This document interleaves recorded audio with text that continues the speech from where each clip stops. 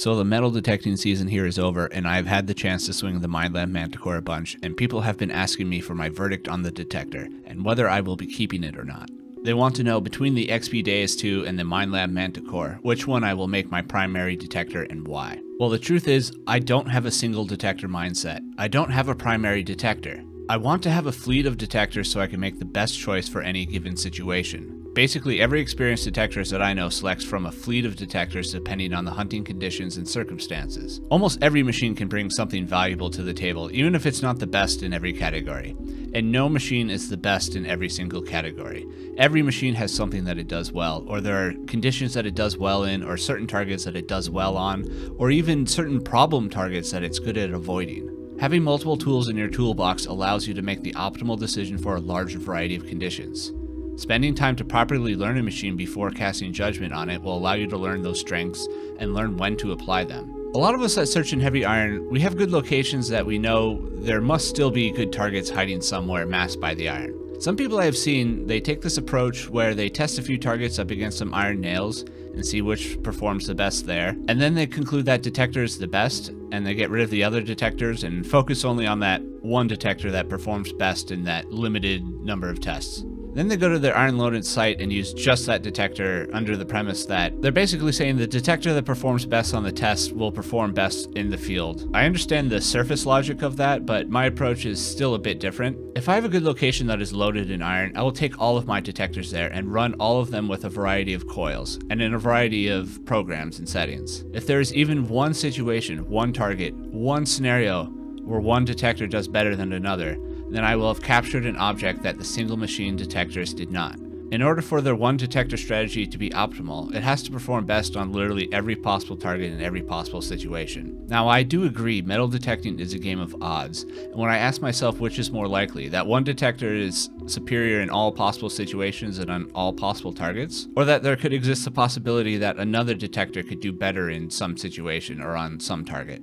I've already proven in my previous videos that there exists iron masking situations that one specific coil geometry can unlock that another could not, which is why I like to use all of my coil sizes and shapes possible when trying to unlock more targets at a good site that's loaded in iron. But then consider that any one detector right now doesn't have access to all the same coil sizes and shapes. For example, the Deus 2 does not have any elliptical coils. It's possible that there may be a target at the site that could only be unlocked using an elliptical coil because of the geometry of how the targets are arranged. So by owning multiple detectors, I have access to a wider range of coil sizes and shapes, because not every machine has a good selection as of the moment, Manticore included, which in my region you can only get one coil. So the answer seems obvious to me. In order to maximize my odds of unlocking and finding every good target at a given location, I should use a wide range of detectors and coil combinations across a variety of settings and programs. Plus there is the language factor. I like to think each detector speaks its own language and has its own personality,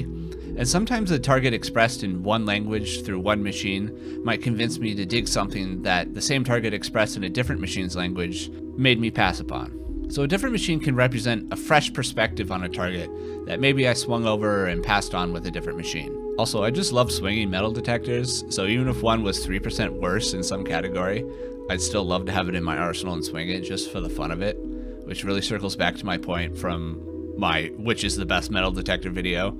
You're better off focusing on having fun with the hobby than worrying that you are swinging a machine that is, 3% less than optimal in some category. So among the Nocta Legend, the Equinox series, XP Deus 2, Manticore, they're all much closer in performance than these people and these companies want you to think. Select the one you want and focus on having fun and selecting good locations, and you will have success. Still, there's nothing wrong with being a single detector person. Like, I'm not trying to slander anybody who goes that route, especially if you're new to the hobby. Like, I would not recommend going out and getting multiple machines and trying to learn them all at the same time. That would be a very bad idea. Get one and spend a lot of time with it and dig a lot of targets.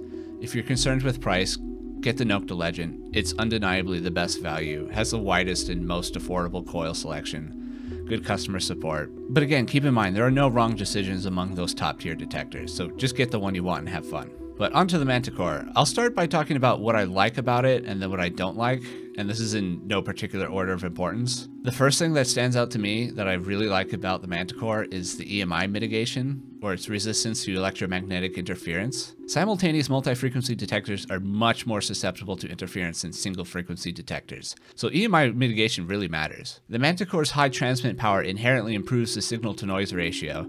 That combined with more advanced adaptive algorithms, and the simple truth is the Manticore handles EMI better than the XP Deus 2, the Legend, and the Equinox. In terms of EMI mitigation, the Manticore is in its own category. So if I'm going to a location that I suspect could have EMI issues, I will tend to grab my Manticore over the other machines.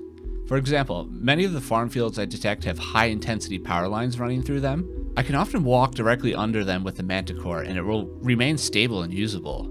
Whereas with the XP Deus 2, for example, I typically can't get anywhere near them without the machine going absolutely bonkers, which often forces me to switch to a single frequency. Other high EMI situations could be parks, locations near modern civilization like somebody's backyard. Now the Manticore is not immune to EMI, especially if you crank up the sensitivity, and the sensitivity can be cranked up really high on the Manticore. So don't turn it up to 30 and then, wonder why the machine is chirpy. But I frequently find it usable where my other detectors I'm forced to switch to single frequency. So that's a huge advantage for the Manticore. Another situation I reach for my Manticore is if I'm going to a location that has significant topsoil depth and possibly more spread out targets. Now, the Manticore is only marginally deeper than the XP Deus 2, the Equinox, and the Legend. One characteristic of deep targets on the absolute edge of detection is that they might not make a tone on every single swing. The deeper the target gets, the lower the probability of the machine producing a tone. For example, on a really deep target, the machine might tone only on 80% of the swings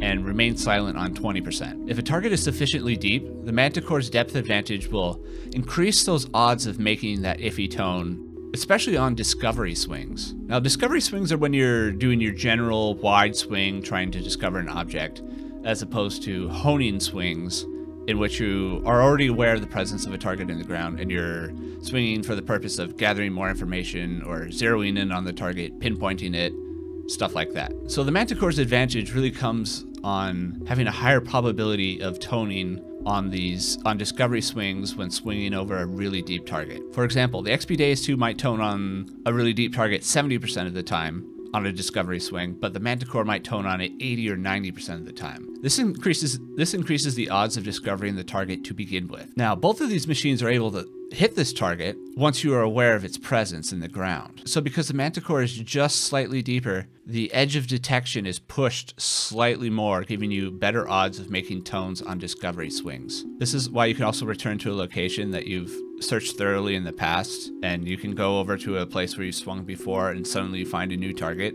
Is because you probably swung right over it, but you failed the dice roll and the machine didn't produce a tone, or you were, ever so slightly off center. So essentially you're much more likely to notice and even be convinced to dig a target that has a greater probability of toning. If an object is toning on 70% of the swings, you might dig it, whereas if it's only toning on like 1 in 4 swings, you might pass up on it and assume that it's ground noise. And that's something that the Manticore really excels at, is that it's very good at giving you a tiny high tone chirp on super iffy targets, especially like deep high conductors like large coppers and large silver coins. Minelab's signal processing does a fantastic job in ensuring the detector tones on these ultra deep targets that have a possibility of being desirable. This strong tendency to produce a tone when other detectors will remain silent also gives it a particular personality trait that I'll talk about more later. So if I was in a park that had been thoroughly hunted, I would likely reach for my Manticore because it has a greater probability to tone on something ultra deep that others might have walked right over, but through pure random probability, their machine didn't tone. Those are the two primary performance advantages that the Manticore brings to the table, but the detector also does a lot of things very well. The screen, the interface, changing settings, the buttons, they're all better on the Manticore than the other detectors in my personal opinion. While it's not hard to use the other detector's interface, the experience is simply easier and better on the Manticore, which is vital because the Manticore is also a machine that you must customize and dial into your location, a bit more so than the other detectors. One overlooked and underappreciated power of the Manticore is the ability to customize the 2D screen's boundaries. Given some experience hunting an iron-infested location, you can tune the boundaries to be optimal to the set of iron objects you typically encounter. It's the only flagship detector that allows you to alter how the machine judges the iron properties of a target in such a specific and tailored way. Like, if you really think about it, all the other machines you really only have a setting that you can raise or lower to change how the machine reacts to iron, and thus iron masking situations. Whereas the Manticore gives you literally an extra dimension of adjustability.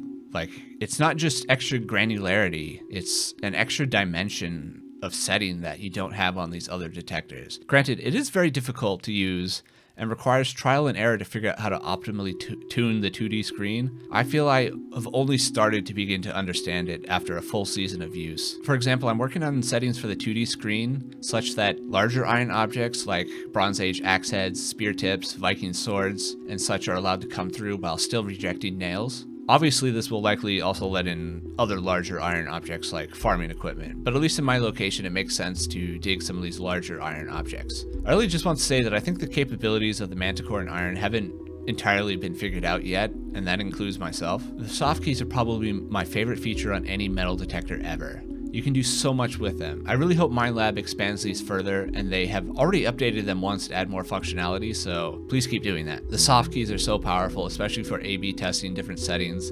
For example, instead of using the pinpointer, I have a soft key to switch to the fast profile with depth audio for superior wiggle pinpointing. I tend to cross pinpoint in parks and anywhere that the ground requires like super good plugs, where you gotta be really precise. Whereas I like to wiggle pinpoint when I'm in the fields or if I'm in the forest where precision isn't as essential. The soft keys can also be assigned to give a temporary sensitivity boost to the detector for analyzing deep targets. So to investigate a deep iffy signal, it only requires one button press to get a boost on the Manticore. Whereas on the XP Deus 2, I have to make several button presses to change the sensitivity or have a duplicate program prepared ahead of time. Basically, I really love the soft keys. Now, in terms of negatives, the primary negative of this detector is also a result of one of its strengths. As I said, the Manticore is great at producing a tone on super deep, iffy targets. But this highly alertive behavior also makes it a very busy detector. By that, I mean, it will also have a tendency to tone on iron falses, general ground noise, coil shocks, and such. It can do this to the point where many people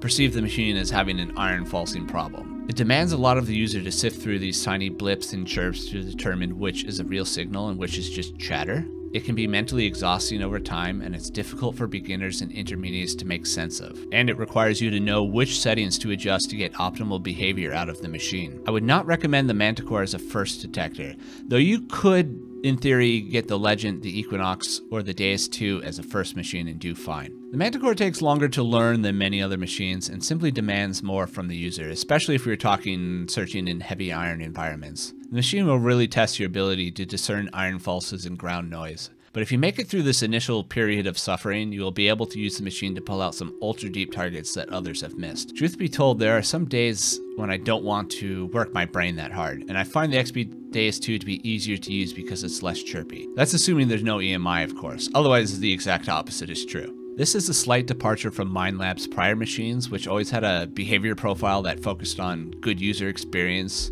in terms of how frequently it tones. Now it seems like they wanted to make a higher performance detector, even if it's a bit more demanding of the user to wield. In my opinion and my experience, this is really the only significant negative about the machine. I have some other minor nitpicks, like the freely rotating shaft is hard to line up, and it has no markings to allow you to get a consistency in your setup. The battery life is quite a bit shorter than the other machines, but it's reflective of how much power it's outputting. Coil selection right now for the Manticore is non-existent. Here in Europe, there's only the stock coil. I also find the Manticore doesn't play well with other detectors and pinpointers. If I'm doing a hunt with friends or people that I'm teaching metal detecting to, we are often in close proximity to one another, and that is a problem with the Manticore. Not for the Manticore itself, but the Manticore seems to mess with other people's machines and pinpointers. So the Manticore is often a solo-only machine for me, but overall the Manticore is a highly capable flagship machine that does it all, has a steep learning curve and a demanding personality, but that brings several unique qualities to the table that make it an essential part of my detector lineup. I would say I'm very much still learning the detector, and I believe there is still some potential that I've yet to unlock.